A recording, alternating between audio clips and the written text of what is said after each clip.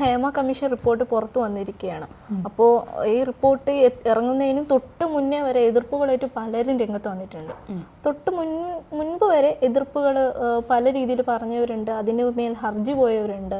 റിപ്പോർട്ടിൽ കൃത്യമായി പറയുന്നുണ്ട്, സിനിമാ മേഖലകളിൽ സിനിമാ സെറ്റുകളിലും മറ്റുമായിട്ട് സ്ത്രീകൾക്ക് എതിരെ വിവേചനം നേരിട്ടിട്ടുണ്ട്, സ്ത്രീ വിവേചനം നേരിടുന്നുണ്ട്, അവർക്കെതിരെ പ്രശ്നങ്ങളുണ്ടെന്ന് എടുത്തു പറയുന്നുണ്ട്, അതിൽ പരാമർശിച്ചിട്ടുണ്ട്. അപ്പോൾ അതിൽ അവർ ഉന്നയിക്കുന്ന ചില ആവശ്യങ്ങളാണ് മദ്യം, ലഹരി അതേപോലുള്ളവ സിനിമ സെറ്റിൽ പാടില്ല എന്നുള്ളതും, പിന്നെ അതുപോലെ ക്രിമിനൽ ബാക്ക്ഗ്രൗണ്ട് ഉള്ളവർ ഡ്രൈവേഴ്സായും മറ്റും രീതിയിലൊന്നും വെക്കാൻ പാടില്ല.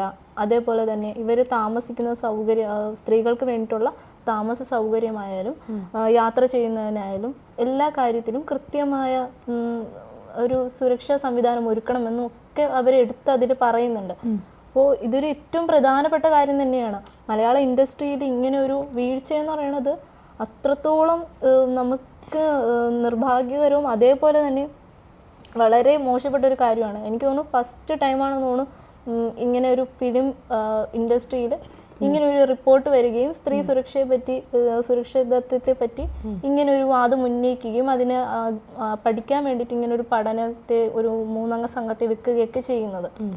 ഇപ്പോൾ അതിൻ്റെ ഭാഗമായിട്ടാണ് ഇവർ ഇത്രയും ആവശ്യങ്ങളൊക്കെ വെച്ച് മുന്നോട്ട് വന്നിരിക്കുന്നത്. ഒരേപോലെ തന്നെ വേതനം കൊടുക്കണം, ഇതൊക്കെ പറയണമെങ്കിൽ തീർച്ചയായിട്ടും അങ്ങനെ എടുത്തു പറയുന്നുണ്ടെങ്കിൽ സ്ത്രീക്കും പുരുഷനും ഒരേപോലെ എല്ലാ സിനിമ ഇൻഡസ്ട്രിയിൽ വേതനം നൽകുന്നത് എന്നതുകൊണ്ട് തന്നെയാണ് അവർ എടുത്തു പറയുന്നത്. അല്ലെങ്കിൽ പിന്നെ ഇങ്ങനെയുള്ള ആവശ്യങ്ങൾ ഉന്നയിക്കില്ലായിരുന്നു. ഒരേപോലത്തെ വേതനം നൽകണം, അവരുടെ സുരക്ഷ ഉറപ്പാക്കണം, ഇതേപോലെ ക്രിമിനൽ ബാക്ക്ഗ്രൗണ്ട് ഉള്ളവരെ ഡ്രൈവേഴ്സായിട്ട് വെക്കാൻ പാടില്ല, സുരക്ഷാ സൗകര്യങ്ങളായാലും സിനിമ സെറ്റിലെ ഇതേപോലെ മദ്യം, ലഹരി മരുന്ന് ഉപയോഗിക്കുന്ന കാര്യങ്ങളിലായാലും ഇതേപോലുള്ള അതിലൊക്കെ വീഴ്ച വരുത്താൻ പാടില്ല എന്നുള്ള രീതിയിലൊക്കെ ആവശ്യങ്ങൾ അതിൽ പരാമർശിക്കുന്നുണ്ട് ഹേമ കമ്മീഷൻ റിപ്പോർട്ടിൽ. പക്ഷേ ഇതൊക്കെ വെറും ആവശ്യങ്ങൾ മാത്രമല്ലേ?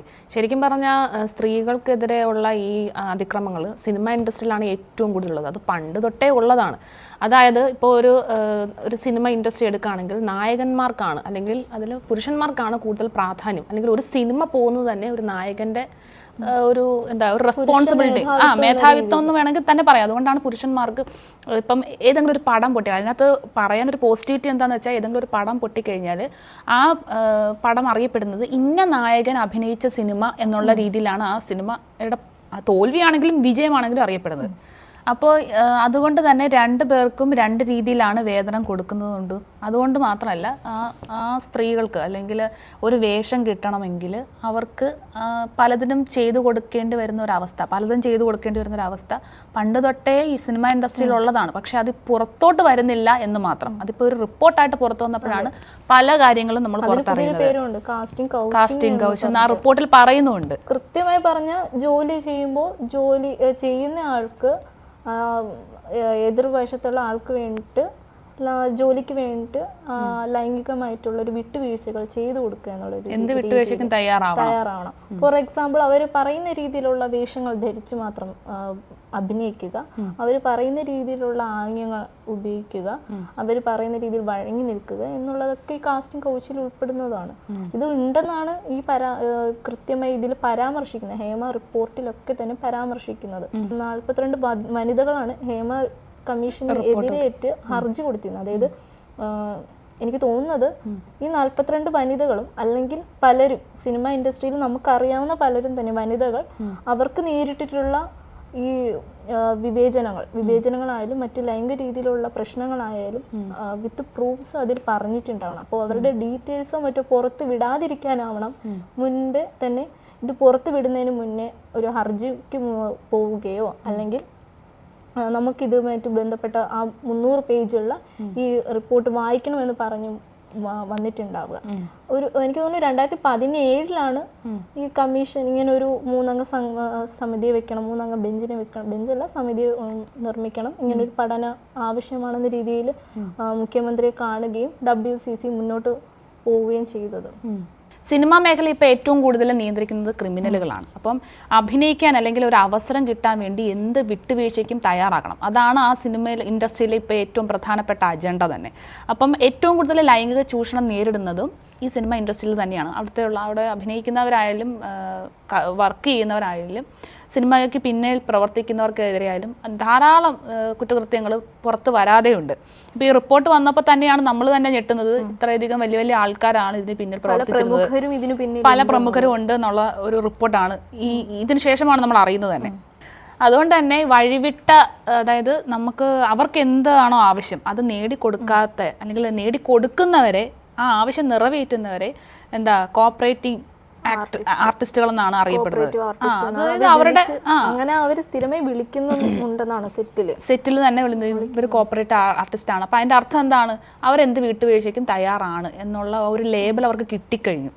അതുപോലെ തന്നെ ഇങ്ങനെ തന്നെയാണ് ഓരോ സ്ത്രീകളും, ഇൻഡസ്ട്രിയിൽ വർക്ക് ചെയ്യുന്ന ഓരോ സ്ത്രീകൾക്കെതിരെയും ഇതുപോലത്തെ ഉള്ള ഓരോ പ്രശ്നങ്ങൾ അല്ലെങ്കിൽ പലതരത്തിൽ ഒരു രീതിയിൽ അല്ലെങ്കിൽ പല രീതിയിലുള്ള മറ്റു രീതിയിലുള്ള ലൈംഗികപരമായിട്ടും മറ്റു രീതിയിലുള്ള പ്രശ്നങ്ങൾ കൃത്യമായി നേരിടുന്നുണ്ട്. അതിപ്പോൾ ഹേമ കമ്മീഷനുമായിട്ട് മുന്നോട്ട് പോയപ്പോൾ ഈ ജസ്റ്റിസ് ഹേമ എന്ന് പറഞ്ഞ അവരുമായിട്ട് ഫിലിം ഇൻഡസ്ട്രിയിലെ പുരുഷന്മാരും സ്ത്രീകളും എല്ലാവരും അഭിമുഖം നടത്തിയിരുന്നു. അപ്പോൾ ആ സമയത്ത് ഇവർ ഞെട്ടിക്കുന്ന വിവരങ്ങളാണ് പുറത്തു വന്നത് പല വനിതകളിൽ നിന്നും.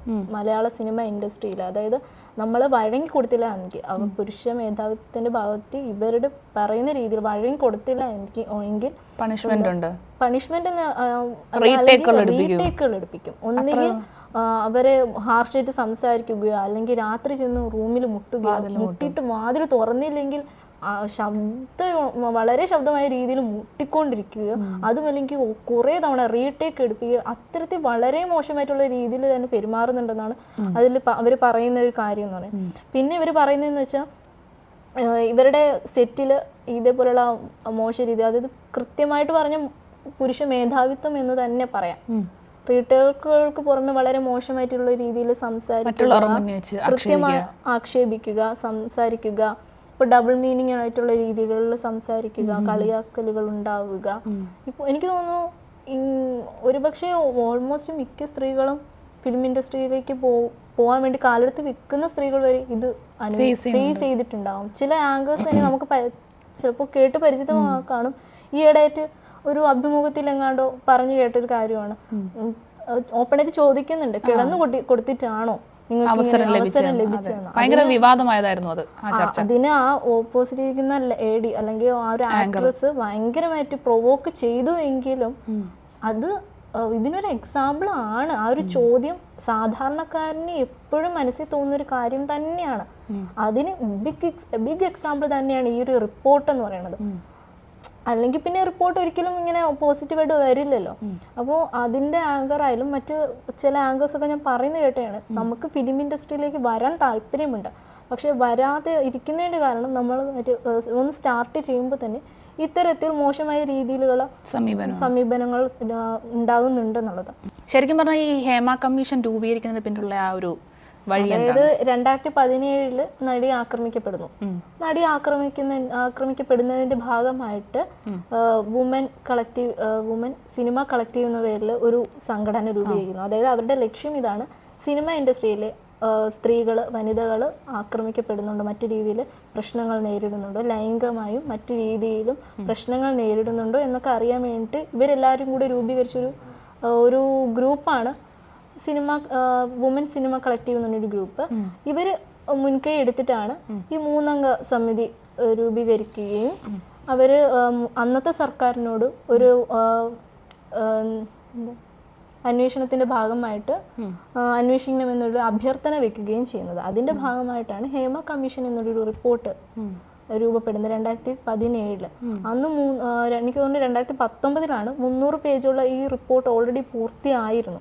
ആ സമയത്താണ് ഹേമ മാം, അതായത് ജസ്റ്റിസ് ഹേമ മലയാളം ഫിലിം ഇൻഡസ്ട്രിയിലെ എല്ലാ പുരുഷന്മാരും സ്ത്രീകളുമായിട്ട് ഒരു അഭിമുഖം നടത്തുകയും ഇത്തരത്തിൽ വലിയ രീതിയിൽ വനിതകൾക്കെതിരെ പ്രശ്നങ്ങൾ നേരിടുന്നുണ്ട്, ലൈംഗികമായും അല്ലാതെയും ഒക്കെ നേരിടുന്നുണ്ടെന്നുള്ളൊരു ഞെട്ടിപ്പിക്കുന്ന വിവരം അറിയുകയും ഇങ്ങനെയുള്ള ആവശ്യങ്ങളും ഇവരുടെ വിത്ത് പ്രൂഫ്സ് ആണ് ഈ റിപ്പോർട്ടിൽ കൊടുത്തിട്ടുള്ളത് മുഖ്യമന്ത്രിക്ക്, വിത്ത് പ്രൂഫ്സ് നൽകുകയും ചെയ്തത്. എന്തായാലും കമ്മീഷന് പഠിച്ച് റിപ്പോർട്ട് സമർപ്പിക്കാൻ വേണ്ടി സർക്കാർ 1 കോടി രൂപയാണ് അനുവദിച്ചിരിക്കുന്നത്. അപ്പം ഈ റിപ്പോർട്ട് കൊടുത്തിരിക്കുന്നതിനകത്തുനിന്ന് അതായത് ഈ വുമൻസ് ഉണ്ടല്ലോ, ഈ പരാതി കൊടുത്തിരിക്കുന്ന വുമൻസിൻ്റെ സ്വകാര്യപരമായിട്ടുള്ള എല്ലാ കാര്യങ്ങളും അതിനകത്ത് പരാമർശിക്കുന്ന എല്ലാം ഒഴിവാക്കിയതിന് ശേഷം വേണം റിപ്പോർട്ട് പ്രസിദ്ധീകരിക്കാൻ എന്നുള്ളൊരു ഹർജിയായിട്ടാണ് ഇപ്പം അവർ മുന്നോട്ട് പോയേക്കുന്നത്. അപ്പം ഇതിൻ്റെ ഒരു ശക്തമായ നിയമ നടപടി തന്നെ വേണം എന്ന് തന്നെയാണ് ജസ്റ്റിസ് ഹേമ മുന്നോട്ട് വെച്ചിരിക്കുന്നത്. അപ്പം ഇതിനെന്തെങ്കിലും ഒരു നിയമ നടപടി ഉടനെ ഉണ്ടാവും തന്നെയാണ്. മലയാള സിനിമയിലെ അഭിനേതാക്കൾ മാത്രമല്ല ഈ പ്രശ്നങ്ങൾ അഭിമുഖീകരിക്കുന്നത്. മലയാള സിനിമയിലെ നിർമ്മാതാക്കളായാലും പിന്നണിയിൽ പ്രവർത്തിക്കുന്നവരായാലും സാങ്കേതിക വിദ്യകളിൽ പ്രവർത്തിക്കുന്ന വനിതകളായാലും എല്ലാവരും അത്തരത്തിൽ വനിതകളായിട്ടുള്ളവരെല്ലാവരും ഈ പ്രശ്നം നേരിടുന്നുണ്ടെന്നാണ് അവർ എടുത്തു പറയുന്നത്.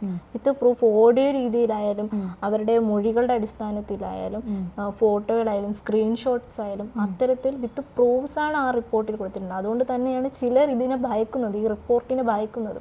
ഇത്തരത്തിൽ നമ്മൾ പറഞ്ഞ മൊഴി മാറിയ രീതിയിൽ വേറൊരു തരത്തിൽ മൊഴി മാറ്റി എഴുതുകയോ നമ്മൾ പറഞ്ഞ റിപ്പോർട്ട് മാറ്റി എഴുതുന്ന രീതിയിലോ അല്ലെങ്കിൽ എൻ്റെ പേര് പരാമർശിക്കുന്നുണ്ടോ എന്ന രീതിയിൽ ചില വനിതകൾ ഭയപ്പെടുന്നതും അങ്ങനെ പരാമർശങ്ങൾ വന്നിട്ടുണ്ടോ എന്നറിയാൻ വേണ്ടിയിട്ട് ഇതിനെതിരെ ഹർജിക്ക് പോയതുമൊക്കെ.